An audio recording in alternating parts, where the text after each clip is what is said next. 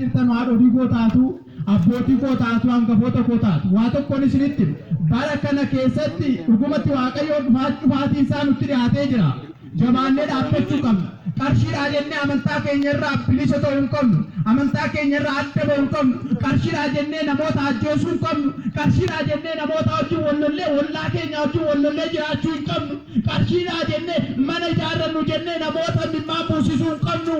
Maaliif yoo jettan gaafa Kiristoos dhufu sun hundinuu akka daaraatti ni bada ijoollota Waaqayyoo. Nutiyyuu amma obboloota keenya meeqa dhabne mee? Abbootii keenya meeqa dhabne mee? Haadholii keenya meeqa dhabne mee? Nama meeqa dhabnee toonutu adda guyyaa addaa keenya hedduu isaanii ga'uu barbaadanii arguu barbaadanii guyyatti addaa kana yaa Waaqayyo nu agarsiisi jedhanii garuu arguu hin dandeenye. Waaqayyoon garuu nu agarsiisee jira. Nu agarsiisee moo nu agarsiifne?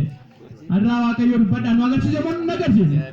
Nu agarsiisee jira. Gatii qulqulluu taaneefi gatii cubbuun hojjenneefi lakki maal isaatiin araara isaatiin maal isaatiin gara laafummaa isaatiin jechuudha. Waaqayyoon jechuudha. እግዚአብሔር አምላክ ይህንን ቀን ያሳየን ለዛሬ ያደረሰን ብዙዎች እንደርሳለን አሉ።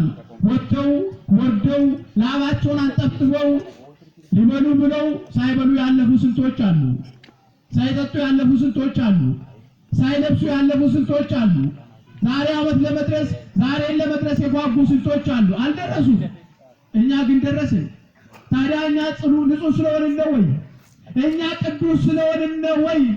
አይደለም። እግዚአብሔር በምሕረቱ ዓይን ስለተመለከተን ነው።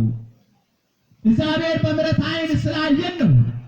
እግዚአብሔር ቸር አባት ስለሆነ ነው። እግዚአብሔር ይቅር ባይ ጌታ ስለሆነ ነው። ኃጢአታችን በዝቷል፣ በደላችን በዝቷል፣ ጭካኔ በዝቷል። ኧረ ጭካኔ እኮ በዝቷል። ሰው በሰው ላይ መጨከን በዝቷል። መጣላት በዝቷል። ጦርነት በዝቷል። ሁሉም የተነገረው ሁሉ እየተፈጸመ ነው። ታዲያ እኛ ንስሐ የማንገባው ለምንድን ነው? ታዲያ እኛ በፍቅር የማንኖረው ለምንድን ነው? እስከ መቼ እንበላላለን? እስከ መቼ እንጣላለን? እስከ መቼ በጎሪጥ እንተያያለን? እስከ መቼ ድረስ? ክርስቶስ ሲመጣ ያ ሁሉም ያልፋላ።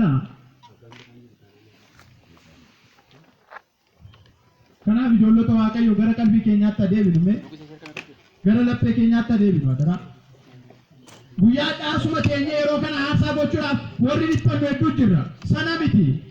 Kiristoos gaafa dhufu maal qabannee dhaabbannaa ilaalala. Kiristoos gaafa dhufu wangeela Maatiyos boqonnaa kana lakkoofsa kana baafatu hin ta'u. Kiristoos gaafa dhufu isin maal hojjettanii wangeela isa kam dubbiftanii jedhu gaafatu hin ta'u. Obboleessa keessanii maal gootanii? Isa rakkatee kufe sanaa maal gootanii? isa daandii irratti bu'aa jiru sana maal gootanii? Isin uffata sadii uffatanii raftanu inni uffata dhabee daandii irratti kufe sana maal gootan laata? Nyaatanii nyaata keessan isinirraa hafe sagattan warri immoo sana dhabanii daandii irratti kufanii bu'aa sana maal gootan laata? Nutoo firii keenya jirra. Nutoo kunoo akka barbaanne baanee akka barbaanne galla. Nutoo kunoo gaafa mana Waaqayyo kottaa jedhan hin dhumna. Gaafa deemaa jedhanis hin deemna. Bishaan hidhannee waraabbachuu ni dandeenya. Nyaatas qopheeffachuu ni dandeenya. Warri osoo harkaan miila qabanuu mana hidhaa keessatti adutti kan ammoo kajeelan hedduu jiru ijoollota Waaqayyooni. Guyyaadhaa warri kajeelan hedduu jiru. Gaafa jara dhaqanii gaafattan laata? Gammachuu akkamiitu itti dhaga'ama? warra ija keenya nuti ija gaarii qabna iji keenya ilaalee waa hunda adda baafatani. Warri iji jaraatti dukkanaa'ee bareemoon bariine jedhanii mana keessa taa'anii nama isaan deeggaru dhabanii achitti kufanii boo'asan.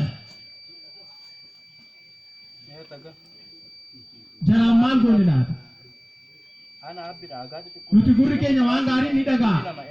Waan jaraan ni dhaga'a. Hundumaa dubbachuun ni dandeenya. Osoo nuti jara arrabsinuu kan nu galateeffatanii darban dhaga'uu dadhabanii. Maal ijoollota Waaqayyo jaraan maal godhaa jirra laata nuti? Uffata keenya uffannee gaafa fitne miti kan nuti galu. Namaaf kan kenninullee isa dhumeera miti. Uffachuu isa jibbine kennina mitire.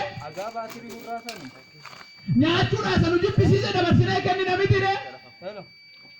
Kiristoos sana nu barsiifateedha. Kiristoos tulluu irratti qaraanioo irratti kan inni fannifame sanaaf ilaala. Sanaa miti. Kiristoos kan inni nu barsiifate jaalalaa ofii isaatii fannoo irra oolee nuyi immoo bilisa nu baafatee jira. Sani kan inni godhe immoo nuti oolmaa isaaf deebifnaa miti. Maxaafuu wangeela Yohaannis boqonnaa 5 irratti ilaala. Maxaafuu isa waggaa 38 guutuu siree isaa irra ciisee ture. Kiristoos isa fayyisee ka'ii deemi dhaqii dhiqadhu fayyi jedhan. Fayyee ka'ee Kiristoos gaafa inni tulluu qaraanioo irratti fannifamu kaballaadhaan kan rukutee isa ijoollota Waaqayyooni. Isa waggaa 38 siree irra ciisee ture. Kaballaadhaan Kiristoosin rukute. Maaliif na rukuttaa jedhe. Warra kaaniin hin jenne maxaafuudhaan jedhe maaf na rukuttaa gatiin si fayyisee na rukuttaa hin jedhen. Hedduun keenya dhukkuba adda addaatiin dhukkubsannee jira. Mana keenya keessatti dhukkubni nageenyaa dhukkubsannee jira. Mana keenya keessaa dhukkubni suba dhukkubsannee jira. Akka dookimaas wangeela Yohaannis boqonnaa 2 akka dookimaas nuti dhukkubsannee jirra tarii. Dhukkuba keenya isa irruudhaan dhukkubsannee sana Waaqayyo hunda keenyaaf nu faguutu ijoollota Waaqayyoon. Dhukkuba keenya isaa akka maxaafu waggaa 38